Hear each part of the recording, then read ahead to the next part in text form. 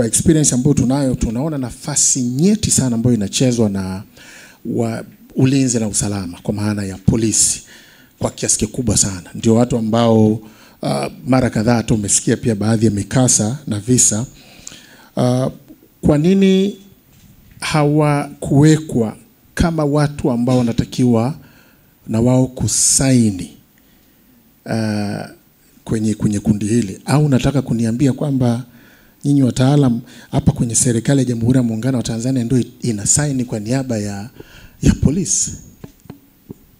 Ndio, sasa kwa maoni yangu polisi ni sehemu ya serikali. Kwa hiyo wanaposema kwamba serikali ya Jamhuri ya Muungano wa Tanzania, maana yake inahusisha vyombo vyote vilivyo chini ya serikali, ikiwemo vyombo vya ulinzi na usalama pamoja na polisi.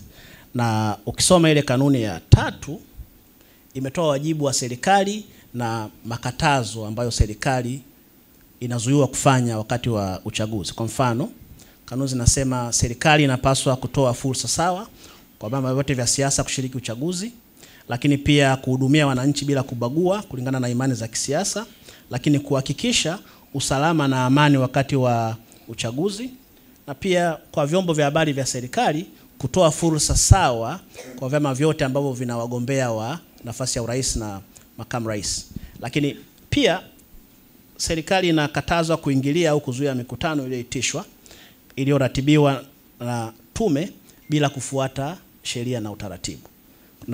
Lakini pia kutumia vyombo vya ulinzi na usalama kunyanyasa wagombea au vyama vya siasa, hilo pia limekatazwa kwenye ile kanuni ya 3(2).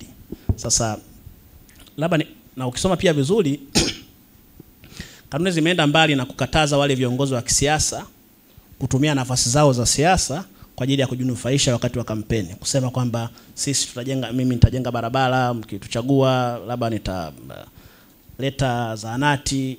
Kanuni zimekataza. Kwa hiyo ni muhimu niseme kwamba japokuwa kuna uchaguzi, serikali huwa inaendelea kuwepo. Hakuna nchi ambayo wakati wa uchaguzi basi tunasema serikali isimame, tukabidhi majukumu ya serikali labda kwa tume au kwa nani. Hapana. Serikali lazima iendelee kufanya kazi na huduma za jamii lazima ziendelee kuwepo. Kinachotakiwa ni kuweka mazingira ya haki na usawa kwa washiriki wote wa uchaguzi, pamoja na kuzuia wale viongozi wa serikali ambao ni wanasiasa wanatokana na mfumo wa uchaguzi kutumia hizo nafasi zao kwa ajili ya kujinufaisha.